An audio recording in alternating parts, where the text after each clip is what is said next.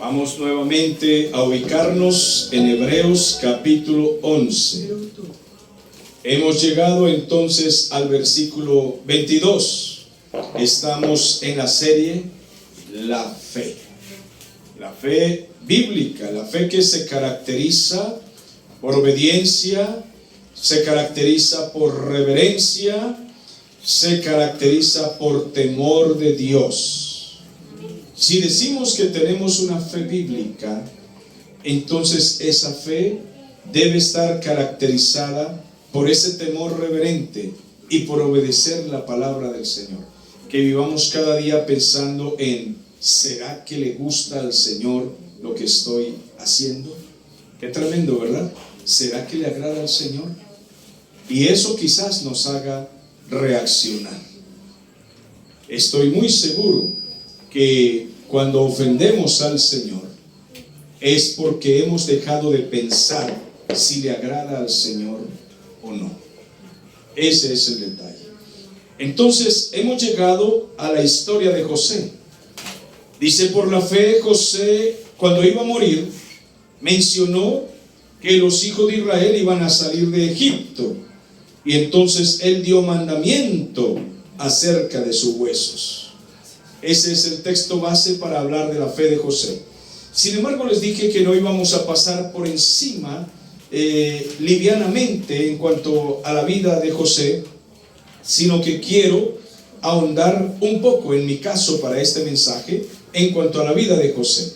Los que están de pie pueden sentarse, y vamos entonces al libro de Génesis, que es donde obviamente o lógicamente tenemos la vida de José y todas sus características.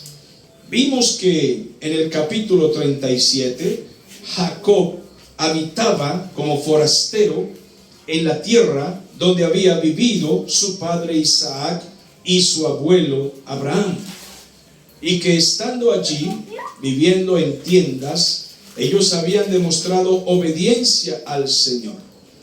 Y allí comienza a hablar de la historia de la vida de José y cómo sus hermanos, por envidia, procuraron matarle.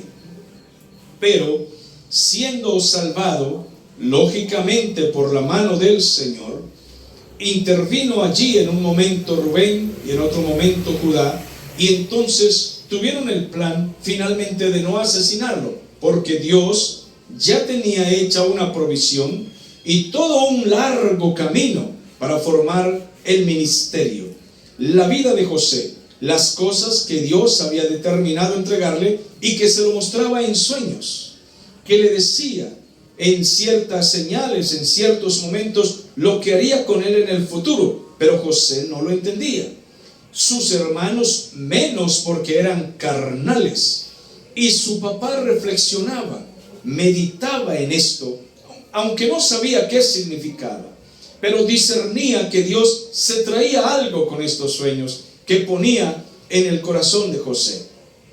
José se levantaba ciertas mañanas y decía: muchachos, quiero contarles un sueño. No sé si fue pesadilla, sueño, lo que tuve, pero voy a contarles algo. A mí me gustó. Tenía ciertas espigas trabajando en el campo, pero las espigas de ustedes se inclinaban hacia la mía. Y esto causaba furia a los hermanos de José, porque su padre Jacob lo tenía como en privilegio. Lo había parido cuando estaba muy anciano, a los 90 años. A esa edad lo engendró. Total que era el niño consentido de la que no podía tener hijos. Pasado el tiempo, cuando creció, su papá lo viste como un príncipe, con una túnica de colores. Lo hace ver como príncipe entre sus hermanos y lo pone de mayordomo, de cuidón. Le dice: vaya a vigile las ovejas, supervise, observe a sus hermanos mayores, porque son unos malucos sus hermanos mayores, se meten en problemas. Y con este crimen que cometieron en el vecindario, quizás un día de esto me causan un dolor terrible. Vienen aquellos en venganza y lo asesinan. Así fue que entonces José se ganó la envidia de sus hermanos, sin querer queriendo, dice una frase coloquial y tradicional por ahí, y ellos terminaron vendiéndole al pueblo egipcio. Pasaba una caravana de ismaelitas y ellos finalmente lo entregaron.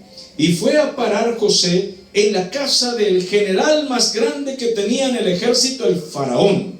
Mire, cuando Dios tiene un plan con nosotros, Él nos va llevando a veces por caminos dolorosos. Y nosotros comenzamos a quejarnos pensando, ¿por qué Dios permite esto? Que me hagan esto, que me miren aquí, que se me pierda aquello, que perdí el carro, que perdí el negocio, que tuve una pérdida, que un hijo se enfermó. ¿Por qué está pasando esto? Porque Dios nos está procesando para muchas cosas. Cuando inicié el ministerio, le decía al Señor, quiero ir a predicar el evangelio, Señor, y que la gente se convierta, y que enfermos sean sanados, y que familias sean cambiadas. Y comenzaron grandes crisis en nuestra propia casa. Nuestros hijos se enfermaron de muerte. La casa se tambaleó. El ministerio se vio en conflictos y era apenas el comienzo. Y yo decía, si este es el comienzo, ¿cómo será la mitad? Nuestros hijos se enfermaron gravemente y tuvimos que clamar a Dios por sanidad. Y el Señor los sanó de enfermedades que eran muy terribles. Una noche, el hijo menor, Jonathan, estaba con un asma crónica. Ya tenía muchos días así. Y casi como a punto de morir, estaba pequeño todavía. Y allí clamamos a Dios que le diera vida, pero que ya no aguantábamos más la crisis. E incluso dijimos una palabra muy atrevida, quizá un poco desafiante. No creo que haya sido con la intención de faltarle el respeto al Señor. Pero dijimos, Señor, si usted lo va a sanar, sánelo. Pero si lo va a llevar, Señor, es suyo. Pero esta crisis no la resistimos. Y esa misma noche, Él fue sanado de eso. Y la fe mía creció, nuestra fe creció. Y comencé a viajar y a predicar a la gente campañas evangelísticas donde me llevaban. Y a contar estos testimonios y a orar por enfermos. Y comenzamos a ver la respuesta de Dios. Oraban por enfermos en las campañas y Dios hizo unas cosas que pues quedábamos sorprendidos, que hasta el día de hoy mucha gente que conocemos en esos lugares y ciudades y pueblos donde he podido ir a predicar, me han dicho, este era mi hijo que estuvo enfermo de tal cosa, esta era la que tenía un tumor, este es el que tenía esta enfermedad, este otro, y grandes testimonios hizo Dios. Y no sabe uno cuando Dios nos está pasando por este terreno, qué es lo que Dios quiere. Y es mejor no preguntar por qué, sino, Señor, ¿para qué? ¿Cuál es el propósito de pasar por aquí? Dios tiene algo adelante. Y usted glorifique a Dios por eso. José quizás todavía no entendía, pero hay una característica que tenía José, y precisamente de las características que hemos hablado las tenía él todas. Pero hay una cualidad que tenía José muy especial, y es que él sabía que Dios estaba con él, entonces él le era fiel. Amén. José lo entendía, porque él se había ido a tierras lejanas, muy lejos de su familia, de su casa. Pero José no se sentía solo ni frustrado. Quizás hubo momentos en que él se sintió muy mal. Sí, es posible que haya momentos en que él se preguntó. Pero cuando vamos leyendo la historia, encontramos que José menciona a Dios en tierras lejanas. Él no dice, Dios se quedó allá con mi papá. No, él menciona a Dios allí, sabiendo que Dios estaba con él allí. Lo que él quizás no entendía todavía, porque eso lo vemos a través de la historia, es que él más adelante dice, con razón que Dios hizo esto. Él no le echó la culpa al diablo, él no le echó la culpa a sus hermanos, aun cuando ellos eran responsables de su maldad satánica. Pero él no los culpó, sino que él más adelante menciona y dice, con razón que Dios hizo todo esto. Quiero que piensen algo. Cuando nos pasa a nosotros en el camino cosas terribles, problemas en los que usted no quiso meterse, porque José nunca quiso ir a parar en la casa de Potifar. Él nunca quiso ser un esclavo en Egipto. Él nunca quiso alejarse de sus hermanos. Él no tuvo el plan de abandonar a su familia. Él no se metió en ese problema. A él lo metieron en ese problema. Cuando las cosas son así, usted solo diga: Dios planea algo. No lo entiendo hoy, pero Dios planea algo. Cuando Él nos pone en una ciudad, en un pueblo, pero tengan este entendimiento, por favor, y nos mueve a través de injusticias, de pobreza, de tener que desarrollar paciencia, de tener que esperar y soportar que algunas oraciones parece que no son respondidas. No vemos eso que llaman la luz al final del túnel. Parece que todo está oscuro. Usted siga diciendo como José: Dios tiene un plan. Hubo un pastor en Rumanía. Richard es el nombre. El apellido no lo menciono muy bien porque es el lenguaje romano y yo lo pronuncio Burgua. Usted puede buscarlo en los medios y puede pronunciarlo mejor que yo, que no hablo muy bien el rumano, sino que yo hablo el ruso y alemán.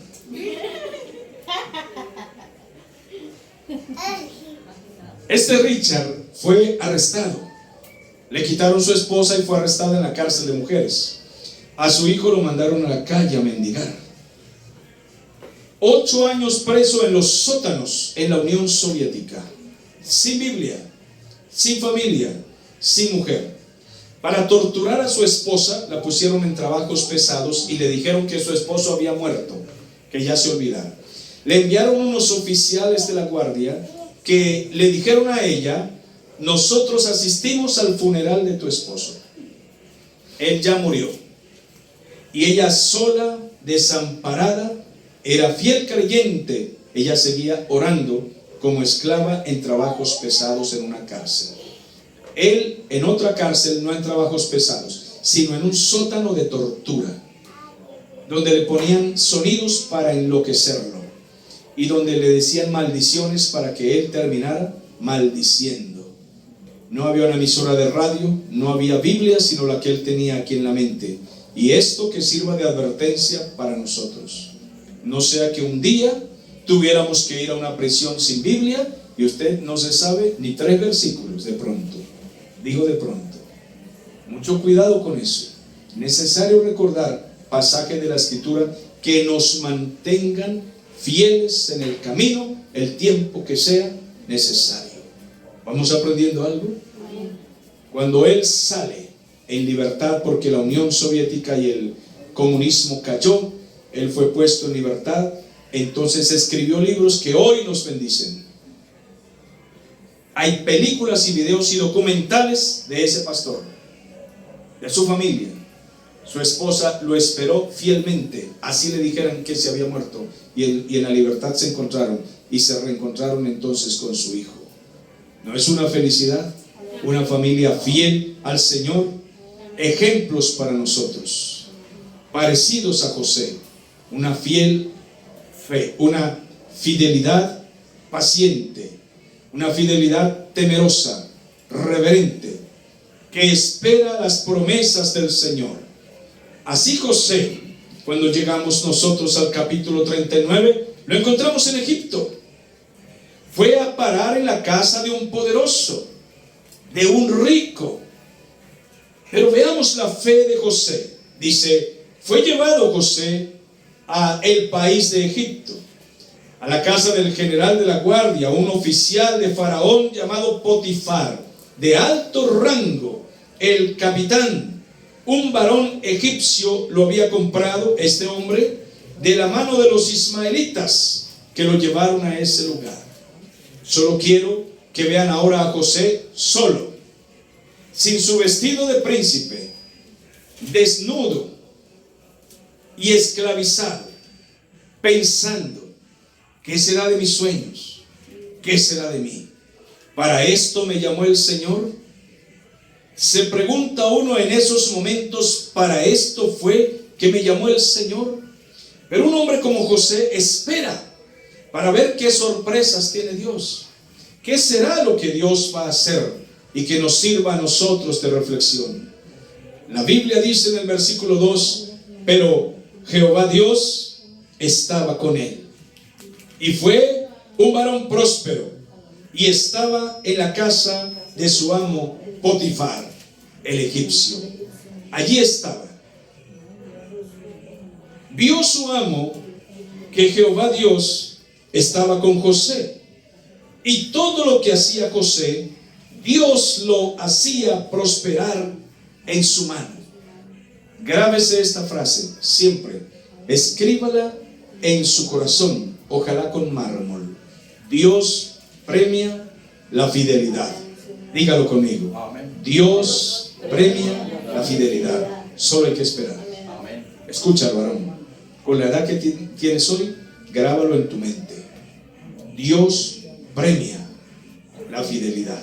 Solo hay que esperar. ¿Están comprendiendo? Grábenlo. Nunca lo van a olvidar. Dios comenzó a prosperar a José allí en esa tierra. Y los demás lo veían. Que las cosas que él hacía iban creciendo poco a poco y paso a paso. Y los demás lo vieron, lo observaron. José era prosperado. La verdadera prosperidad no es primero material, es primero espiritual. El hombre va creciendo como un hombre serio, un hombre sano, un hombre íntegro, un hombre fiel, fiel a Dios, fiel al jefe que tenía en ese lugar, y entonces Dios añadía todo lo material. Porque primero es el reino de Dios y luego es la prosperidad terrenal.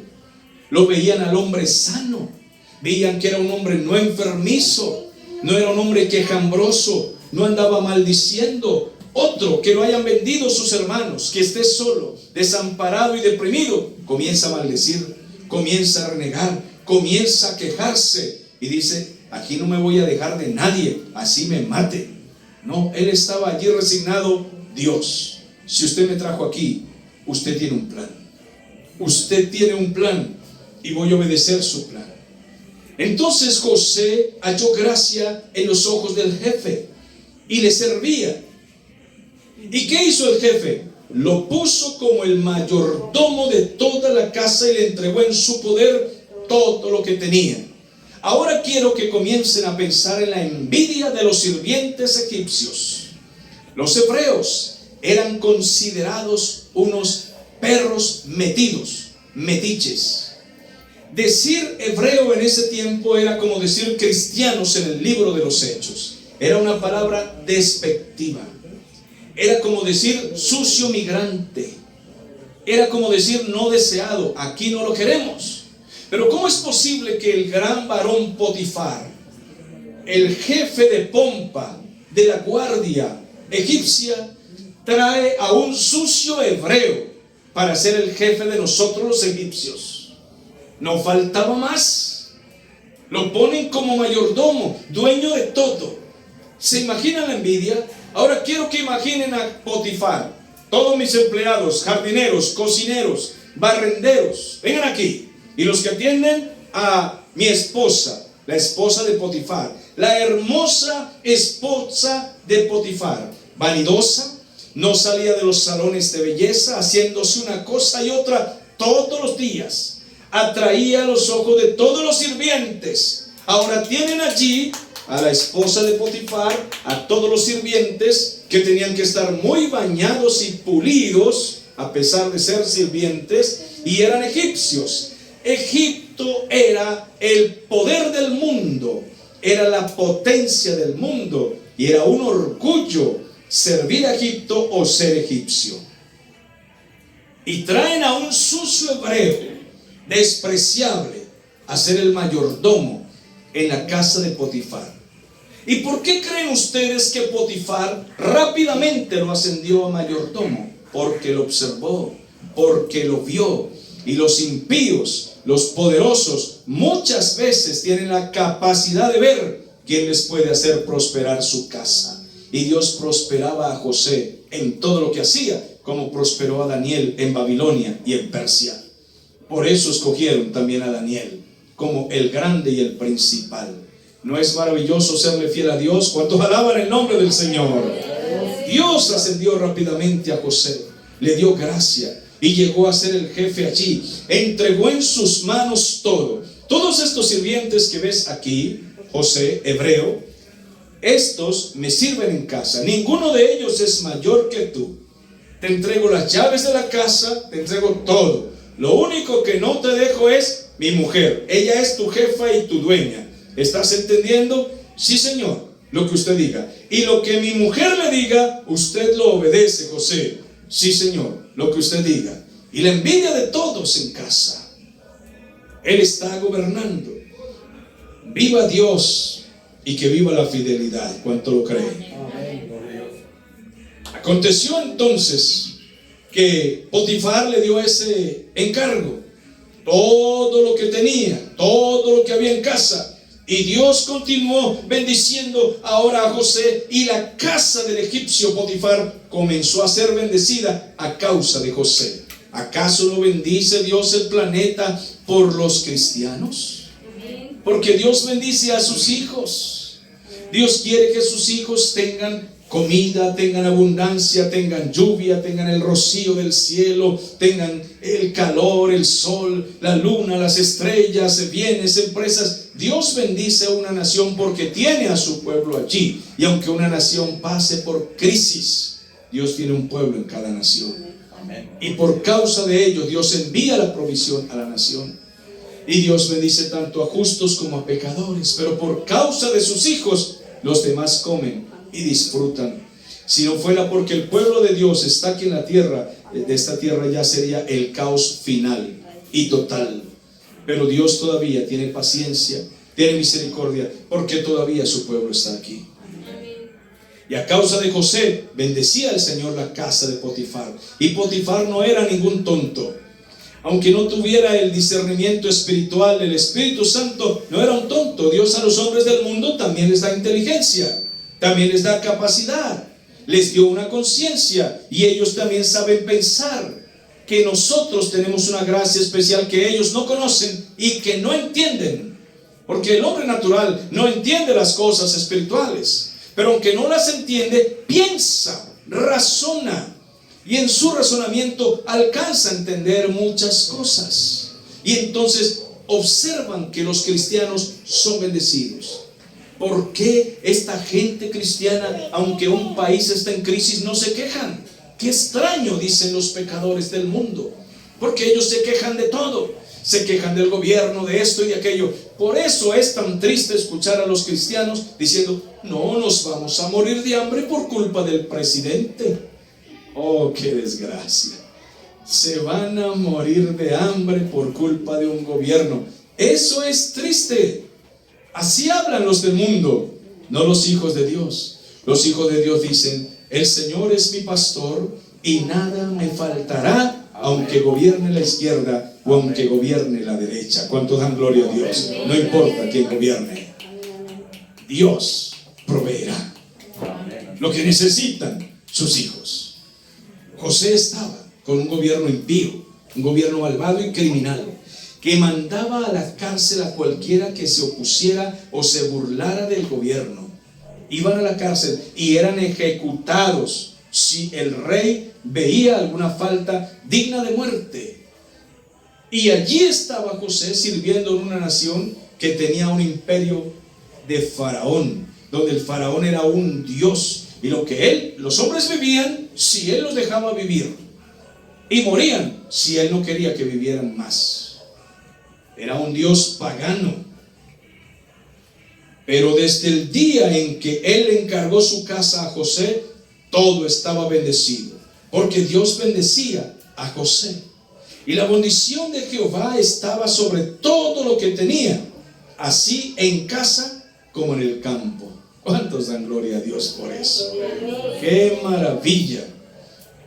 Y dejó todo lo que tenía. Potifar lo dejó todo en mano de José, y con él no se preocupaba de cosa alguna, sino del pan que comía.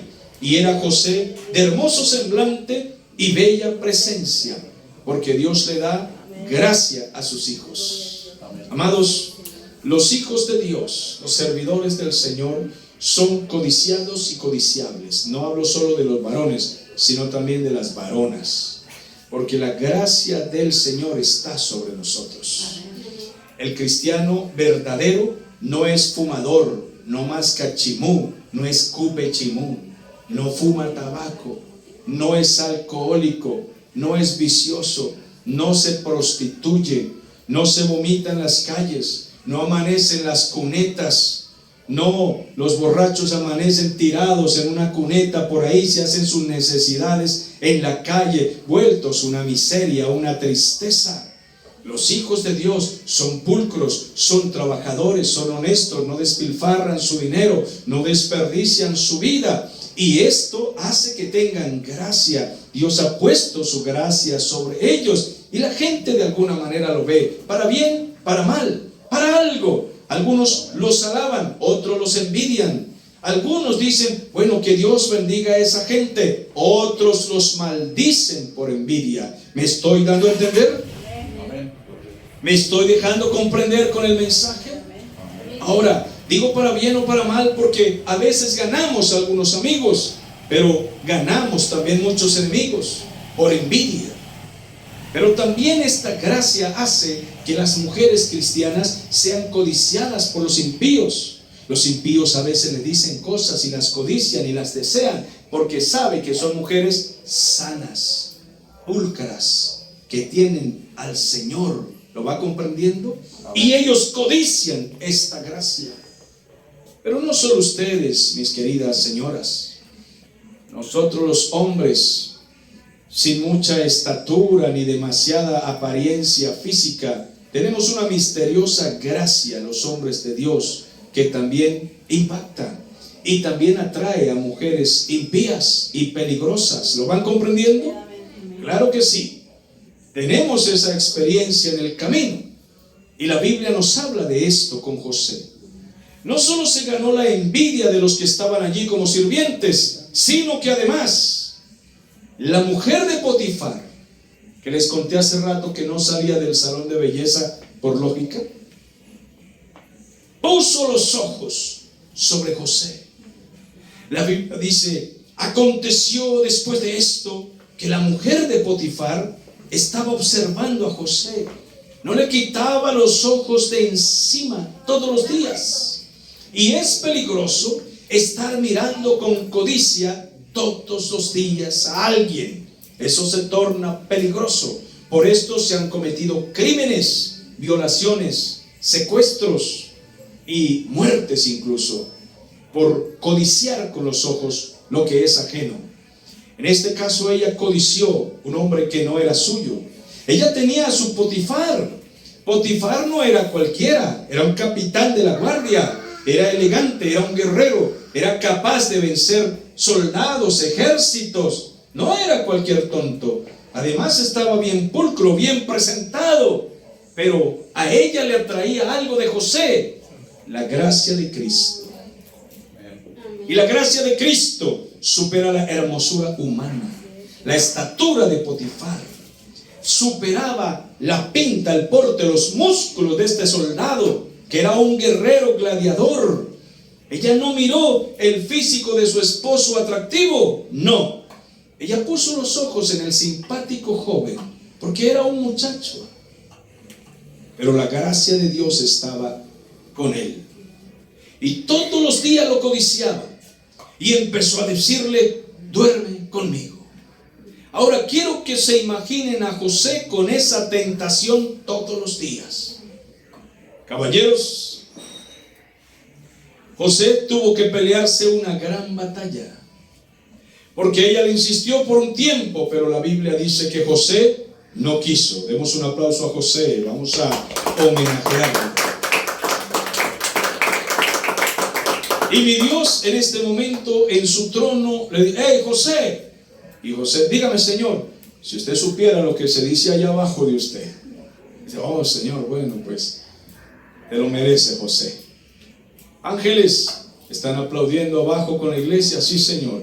¿Qué nombre se pronunció ahorita? El de José, Señor.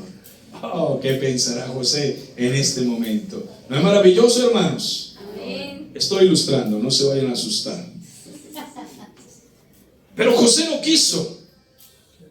Dijo la mujer de su amo Potifar, he aquí que mi señor no se preocupa, Y él no quiso y le dijo a la mujer de su amo Potifar: mira, mujer, he aquí que mi señor no está preocupado conmigo de nada.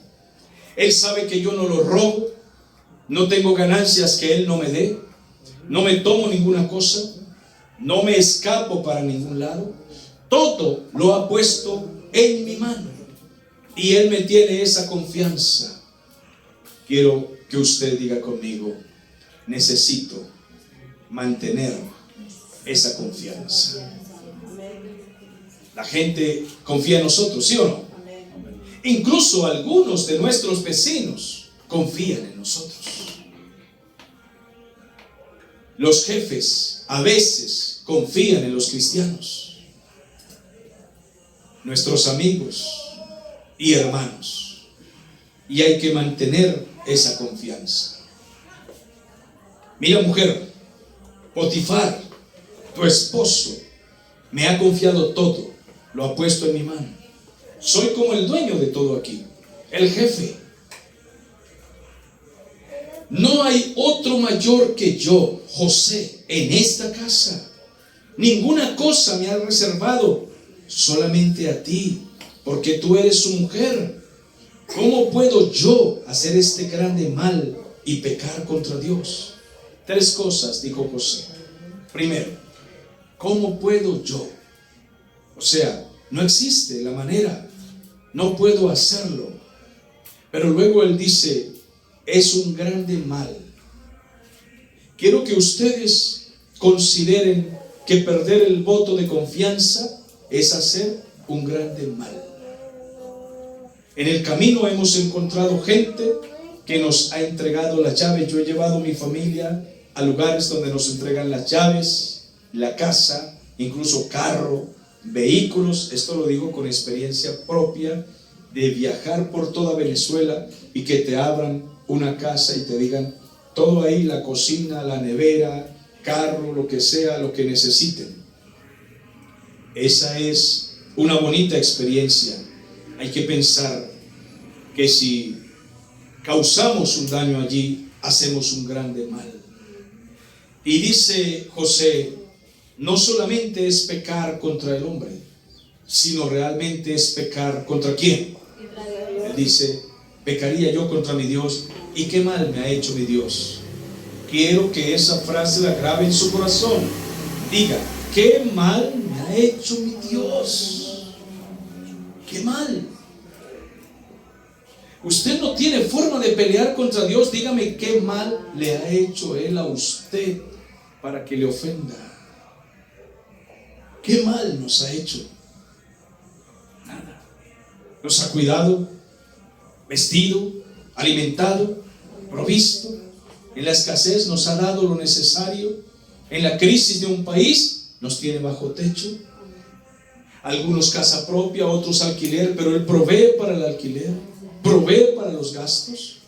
Pagamos servicios, nos movemos, nos congregamos, nos vestimos. Y hay gente, incluso por causa de nuestra gracia que Dios nos ha dado, por esta apariencia tan graciosa, hay gente que incluso se engaña pensando que tenemos mucha plata.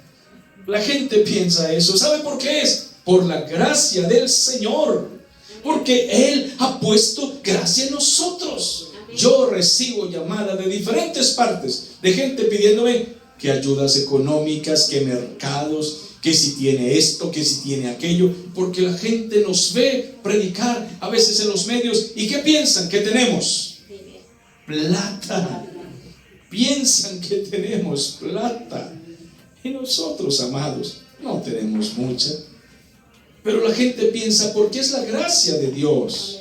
La gente nos ve y nos ve acomodados, como dice el Salmo 23: aderezas mesa delante de mí, en presencia de mis vecinos o mis adversarios, mis angustiadores. Unges mi cabeza con aceite, mi copa rebosa.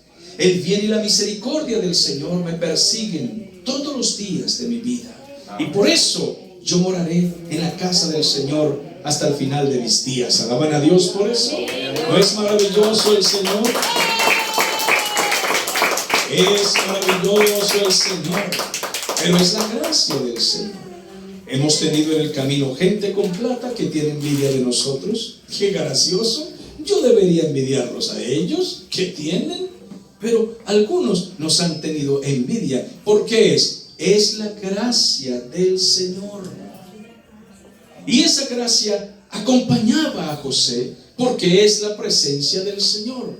Él tenía esa gracia y esa gracia le hacía atractivo.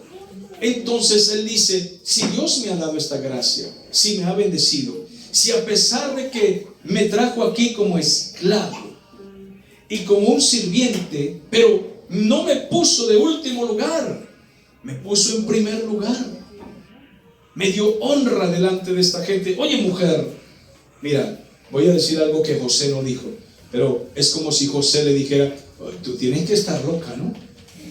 Estás esquizofrénica. ¿Y qué está diciendo? Mira, eres rica, tu esposo te ha dado de todo, estás bendecida, yo también. Oye, ¿qué va a pasar? Está mal. José no dijo eso. Yo solo me imagino a José pensando estas cosas. Esta mujer anda mal de la cabeza. Quiere que le arranquen la cabeza a ella y a mí. Porque sin duda el jefe lo iba a hacer, lo iba a decapitar. Él le dice esto: ¿cómo puedo yo pecar contra mi Dios? ¿Qué es lo que a él más le interesa? Lo que más le importa. Pero ella hablaba a José cuando, el versículo 10 dice, todos los días. ¿Usted se imagina a esa mujer presionándolo, hablándole al oído, tomándole la ropa? Aquí los hombres deben entender que eso no era un trabajo fácil para José, con esa mujer presionándolo todos los días, ahí encima, presionándolo. Oh, mis amados hermanos, y esto no es para sacar chistes baratos, esto es un asunto serio lo que José estaba enfrentando ahí. Todos los días esa mujer ahí, además era la jefa, era la dueña, y él tenía que complacerla a ella en todo lo que ella pidiera.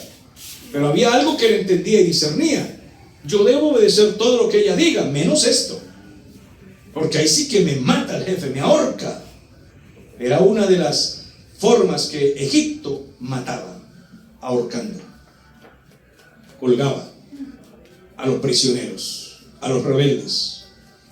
José entendía esto, pero José no le tenía temor a la horca. Ese no era su mayor temor, aunque humanamente le tuviera algo de temor. Él le temía a Dios. Estamos hablando de la fe que tiene ¿qué? Temor de Dios. Amén. Es un temor reverente. No, yo no le tengo tanto miedo a Potifar. No, le temo a mi Señor, que es mayor que Potifar. Que viva la fe. Que viva la fe.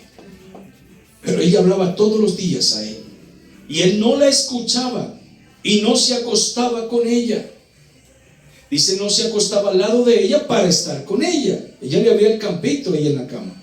Aquí al ladito, José. No, José dijo, no, señora, a kilómetros.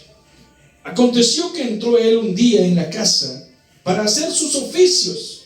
Él trabajaba duro, pero qué raro, no había nadie en la casa.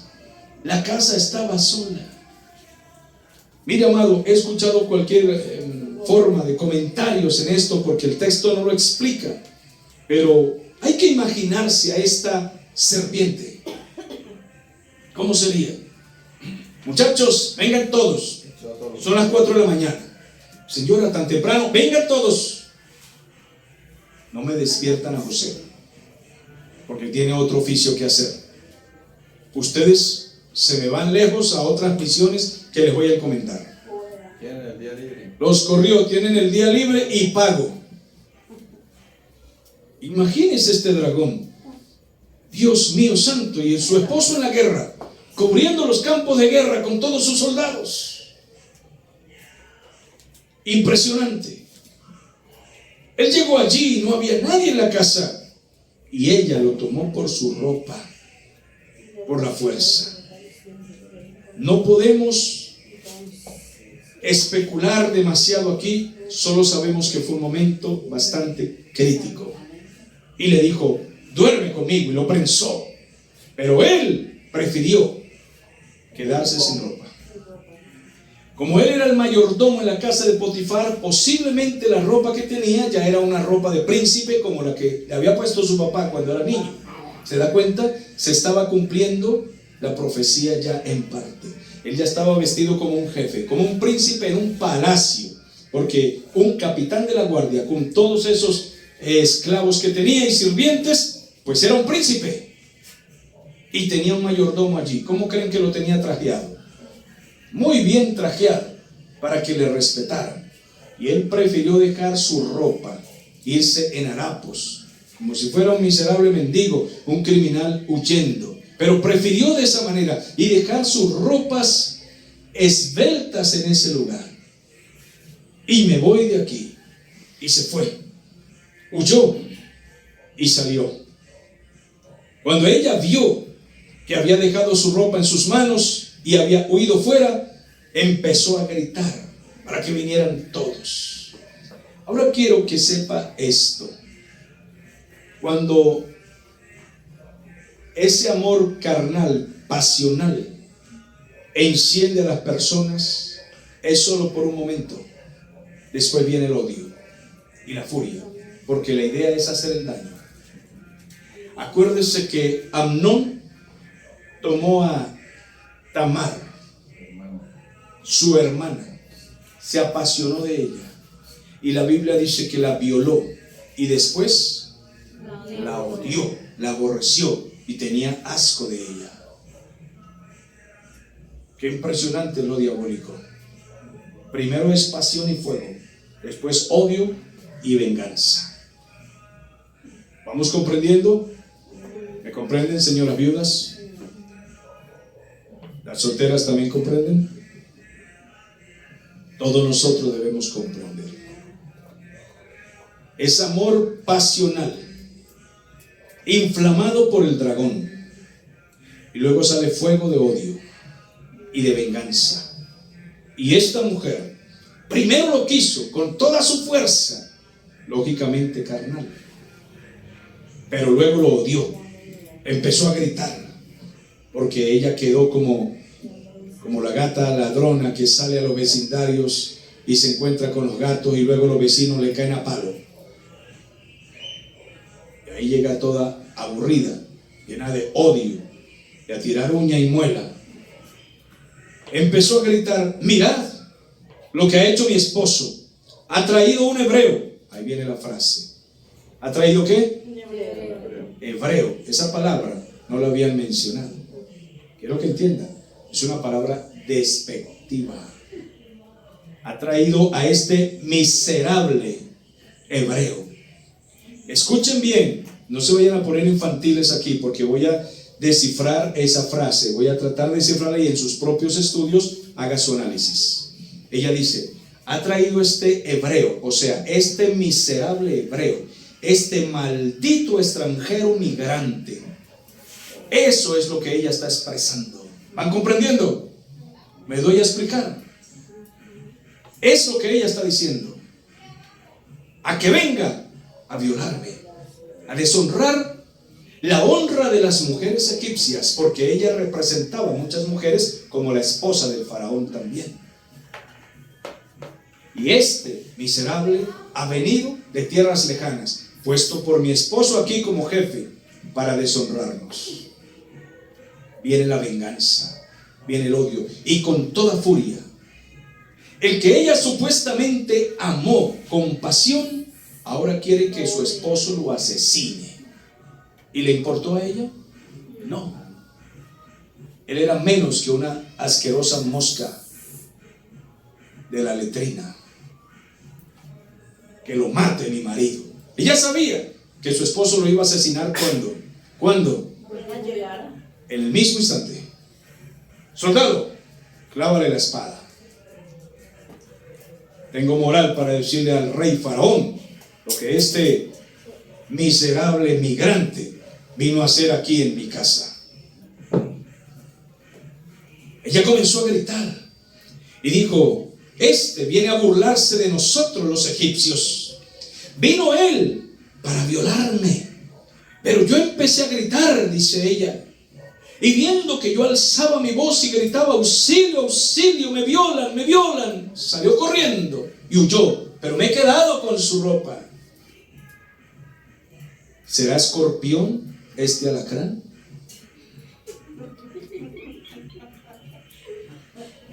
Santo. Impresionante, hermano, impresionante. Los hombres de Dios sabemos de qué estamos hablando, compañero. Esto es tremendo. Ella puso junto a ella su ropa, la ropa de José. La puso allí para que hubiera evidencia cuando llegara su esposo de lo que el hebreíto me iba a hacer, dijo ella. Entonces le habló ella las mismas palabras. Miren lo que le dijo al esposo: esposo mío. Y me imagino el llanto de esta leona rugiendo, de esta hiena. El siervo hebreo que nos trajiste. Otra vez lo llamó ¿cómo? Hebreo. Ese del otro lado del charco, porque así trataban a los hebreos, porque habían cruzado el río. Esos del otro lado del charco. Ese que nos trajiste aquí, ¿sabe qué, esposo mío? Y llorando ella, vino para violarme. Me ha tomado por la fuerza, pero ella no tenía ni un rasguño, no tenía ni un golpe, no tenía ni una marca. Me imagino al esposo: ¿dónde te golpeó? No, yo alcancé a luchar. Impresionante, pero ni te despeinaste. Qué impresionante esta tigra infeliz. El siervo hebreo que nos trajiste vino y quería violarme, pero yo grité, luché, peleé con toda mi fuerza. Y él tuvo que salir corriendo. Mira, aquí está la ropa. Salió corriendo, esposo mío. Sucedió que cuando oyó Potifar estas cosas acerca de José, las palabras que su mujer le estaba diciendo, y llorando y lloriqueando y quejándose: así me ha tratado tu siervo. Él se llenó de furor y tomó Potifar a José. Pero qué raro, no lo mató. No lo mató, qué extraño. Sea inteligente, sea sabio cuando lea y diga: Señor, ilumíname la revelación de la palabra. Ilumíname, Señor, para que yo entienda. No mató a José. José se había ganado la confianza de Potifar. José era digno de muerte. Intentó violar a la mujer de Potifar, y Potifar tenía que creer al 100% las palabras de su mujer, pero no le creyó. Se llenó de furia imaginándose a José intentando violar a su esposa. Pero él dice: no, yo conozco a José, he conversado con él, he hablado con él, lo he mirado a los ojos, veo su sinceridad, veo su claridad, veo qué tipo es. No, yo puedo ser bruto en muchas cosas, pero en esto no me equivoco. No me equivoco. ¿Qué hago? Si no castigo a José, ¿cómo quedo con mi mujer? Pero si lo mato, ¿cómo queda mi conciencia de capitán egipcio? ¿Cómo quedo? ¿Cómo mato a ese hombre que ha sido tan fiel en el trabajo, que se ganó mi confianza, que he visto todo? Mire, por ese hombre mi casa ha prosperado. Todo lo que tenemos, porque el Dios de esos hebreos nos ha bendecido. ¿Qué hago? Tengo que mostrar que hago algo. Y lo metió en la cárcel de Faraón. Una cárcel donde estaban los presos que el faraón enviaba. Amado hermano, otra vez repito, cuando te pase algo malo y tú sepas que ahí no te equivocaste, tranquilo, Dios te está preparando para algo más grande. Lo envió a la cárcel, que era el trampolín para conocer a uno más grande que el capitán. Denle un aplauso a Dios, hermano. Esto es glorioso. Dios le dice a Potifar: mete a mi hijo en la cárcel, porque ese es el trampolín para que conozca uno más grande que tú, a tu jefe, el faraón. ¿Qué les parece nuestro Dios? Él va por sendas misteriosas. Él nos mete por caminos que no podemos comprender, porque nos va a promocionar. Eso cuando nuestras manos estén limpias. Si las manos están limpias, tranquilo, es solo un trampolín. Glorifique a Dios mientras predico la palabra del Señor. Tomó Potifar a José y lo puso en la cárcel, no lo asesinó, pero allí estaban los presos del faraón. Y estuvo José en la cárcel del faraón, pero Jehová Dios estaba con José. Alabe a Dios.